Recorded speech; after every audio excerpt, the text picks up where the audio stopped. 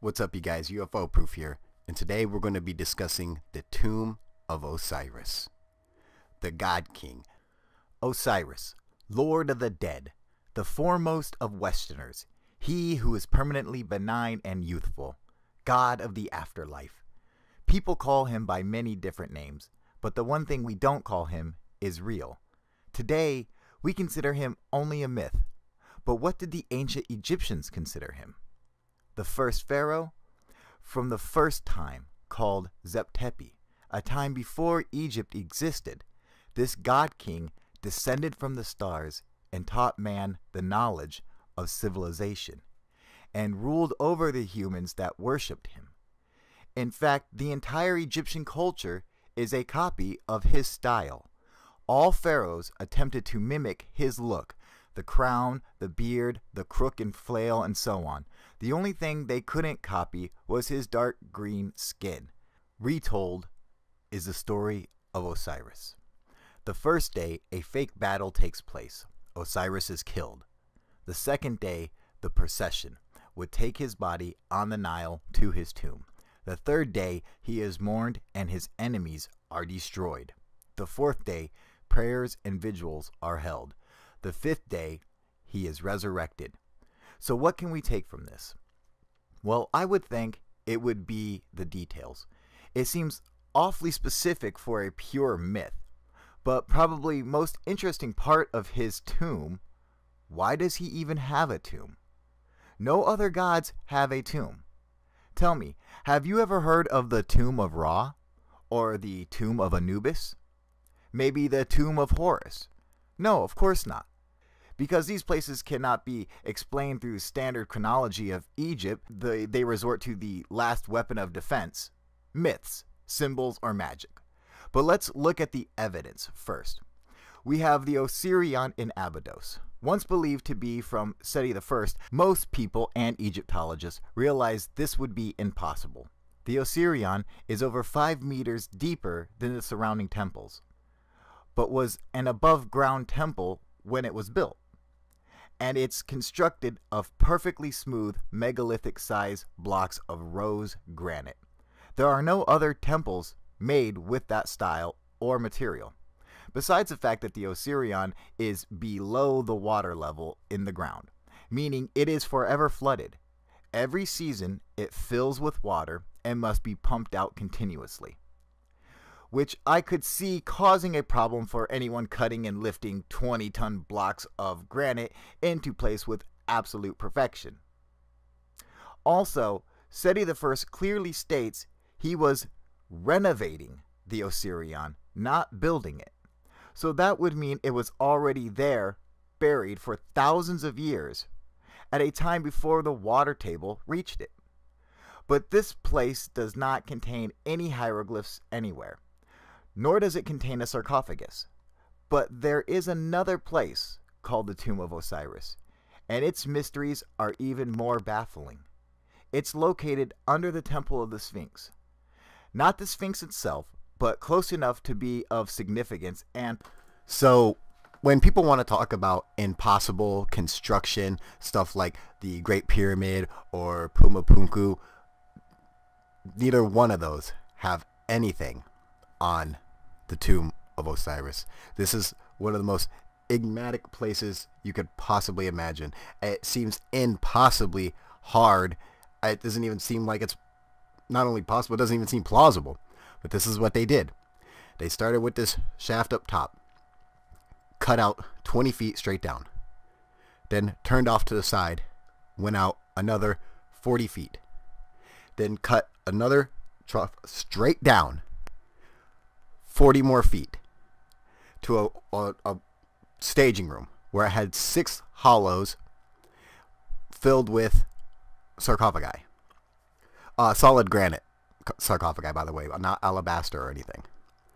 Then another shaft cut straight down takes them to 90 feet under the earth into the Tomb of Osiris, where his sarcophagus sits in the middle of a pool of water surrounded by 4 pillars at each corner, marked with weird hieroglyphs. And the sarcophagus is 12 feet long. Or excuse me, it's 9 feet long and 12 tons. So how the hell did they get all 7 of those down there? They said what they would do is they cut out side shafts at the very bottom chamber. Even though they don't have any proof of this. This is what they say. They cut out side shafts from the chamber. And then they went back to the top after they cut everything out. And they filled the whole thing up with sand. Then they came in from the side and took buckets of sand out. And that would lower a sarcophagus up on top. After you moving of the sand, scoop by scoop, it would slowly come down all the way down. That's what they believe. And I'm going to tell you straight up, you're wrong. It wouldn't work. One, because look at the angles on everything. All right. I mean, look how far back the rooms go. You could be pulling out sand from the bottom chamber to the point where no more sand would be falling from the chamber above it. So it wouldn't do you any good. It could dump out first and wouldn't not move anything. And how does it go from the second chamber down to the third chamber? How does it like make that corner, that move? Someone's got to be down there with it, right? I mean, come on, that's the most ridiculous theory. But they just like, yeah, sure, that seems simple, sounds simple enough. So that's got to work. It's like you can't put any kind of a fucking thought into it. Now I'll tell you what, I have put a thought into it, and I still don't have a fucking clue. What do you guys think? How is this done? Remember, these sarcophagi are anywhere between 15 and 24 tons, solid granite. So how would you do that? And another thing is that the tunnels are barely big enough for the sarcophagus to fit down in. There's barely any room around them. I mean, the big ones in the second chamber are really big. They're really wide, and I don't even think they could get down to the third chamber. I mean, is that crazy or what? And then they're like, oh yeah, and then people would come and worship here. Really? Bullshit. It was made in a design so you couldn't just come and go as you pleased. So how did they even worship it? It was completely underground. I mean, are they suggesting that that this was open the whole time, that they could just go down there and pray in front of it or something? It's meant to be hard to get in there. And I mean, you're 100 feet underground, 3 different chambers to get all the way down there to worship at the feet of Osiris. That doesn't exist. It's not actually there. Does that make any sense? Now, what else is interesting is if you take a look at the lid here, does it remind you of any other lids you may have seen in Egypt? Well, it sure as fuck reminds me of the Serapeum. I mean, both of them are made of solid granite. Both of them have the exact same design, shape, everything. Both of them have no markings, even though some of the stone boxes at the Serapeum do have markings. Those came at a later date. When they were originally made, there was nothing on them. That's why most of them have nothing on them. Just like this tomb has, the sarcophagus has nothing on it. So who was Osiris? Basically, he was their god king. He gave humans civilization, came down from the sky and taught humans civilization. Before Osiris, people were like animals. They would eat each other, and that was one of the things that he forbade, was you're not allowed to eat people anymore.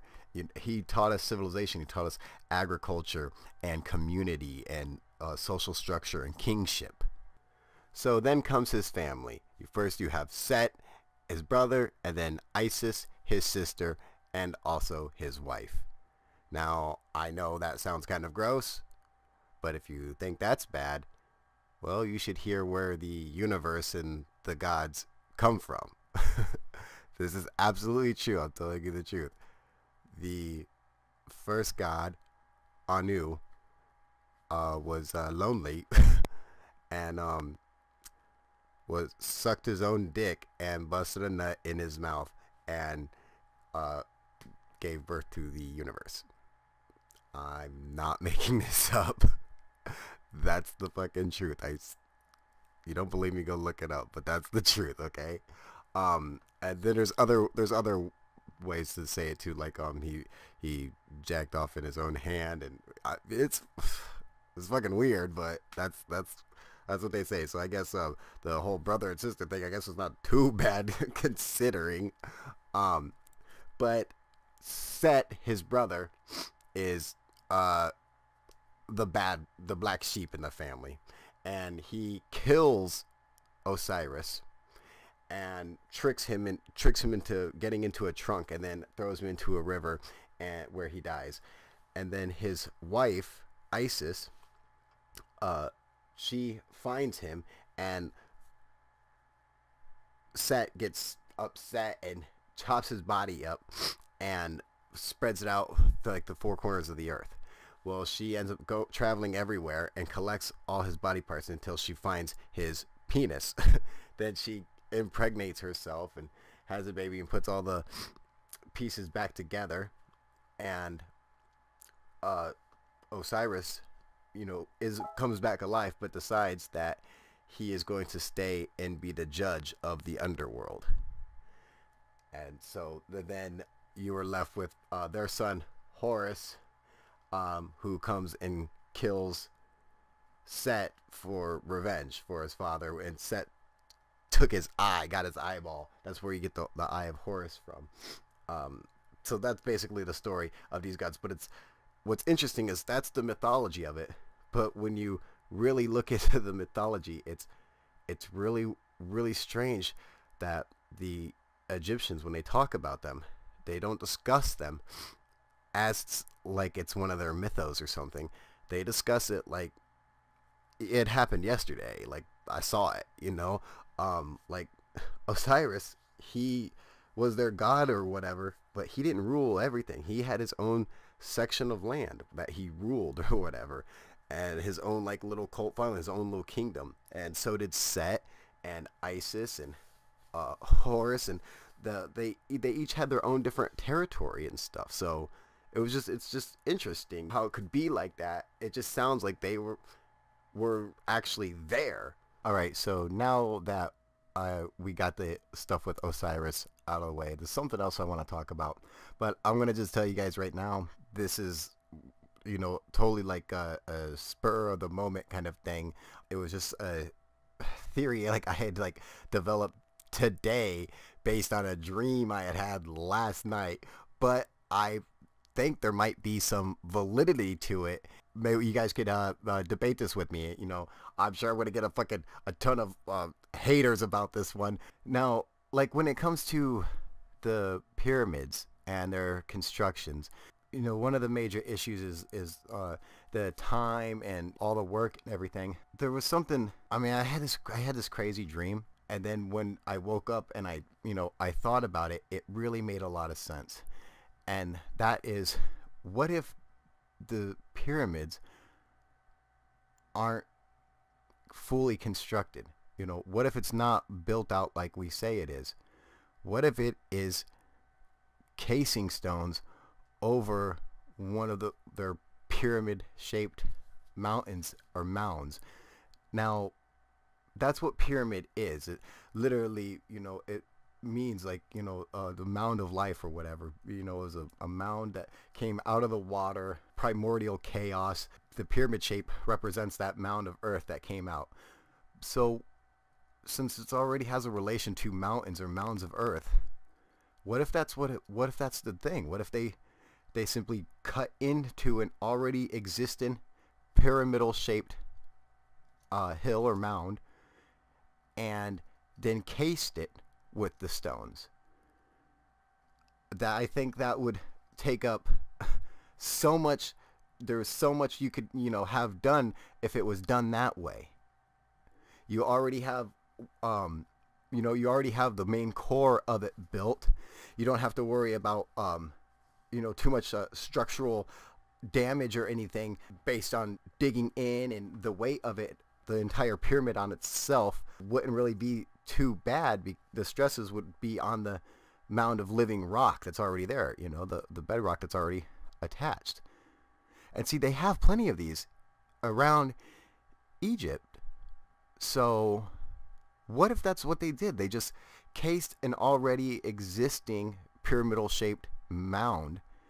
Then, I mean, it would explain a number of different things.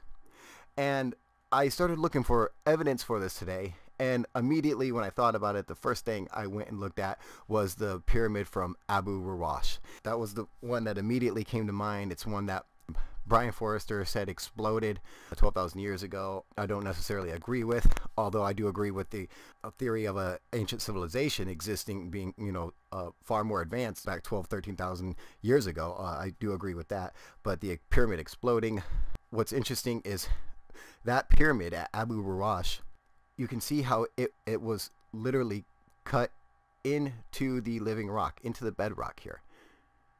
Now, this is how, I think that they would make the grand galleries and chambers and stuff, is by cutting into the bedrock here of an already existing mound.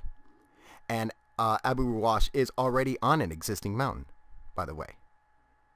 But when you look at the sides here, I don't think, no one seems to really notice this. I never noticed or paid attention to it before, but it's living rock. It's the actual bedrock. Now, I can see there are stones cut out of it, but I can also see that it is straight up, there's 3 of them right there, but the rest right there, that's all bedrock. That's all part of the earth. So, I mean, does that make sense to you guys? What I'm trying to say, does he just cased a mountain? I don't know, but I think it's entirely possible. I think it's highly likely that they would do that. Looking at some of the other evidence, when you look at the Black Pyramid, already dilapidated and it's all falling apart, and a couple of the other smaller pyramids, you can see that they have a core, the outside in the mud brick has all turned back into sand, but the core is still just a solid chunk of mountain. There's no bricks or stones per se. It's just a giant mound of earth is what it looks like. But I mean, I really think that, and it would help explain why the quarry for the pyramids were not that big. I mean, they don't even look that big. They don't even look like they would contain the right amount of material to make the entire pyramids, but they did. That could also explain why the people, say that the pyramids could be completed in 20 years. Well, because if you were to take out, 75% of the work, well then, yeah, it's not going to take you that long. If you're only doing 1/3 of the work that that's expected, then yeah, you could get away with doing it in a lot less time. I think that they would already have a way. They wouldn't have to build a ramp when they could just carve out a ramp spiraling up and around it, and then they could bring up their bricks and stones and everything, the pyramidal, and they could literally build it from the top down. And for a little more evidence to help support this theory, let's take the Sphinx, for example. Now, people think that it's, built stone by stone, but it's not. It is just one solid piece. It has outer casing stone, but that's it. The whole thing is just made up of a natural earth mound. And they have these actually, it's pretty common in Egypt, these earthen mounds that have these protruding points sticking up. I think they call them lion's mounds or something. But they have them all over Egypt. And I mean, there's a bunch of crazy stuff around Egypt that a lot of people don't know about, like the Crystal Desert. They have the Blue Desert, the Red Desert, the Black Desert, the White Desert. I mean, they got a bunch of crazy stuff around. All right, so that's the theory. So what do you guys think? What are your thoughts on it? Does this seem like it could be plausible, or what do you guys think? And, make sure you guys like and subscribe. And thank you for sitting through this whole fucking video. I appreciate it. You know, I love all my subscribers. I love you guys. Thank you so much. Alright, guys. UFO out.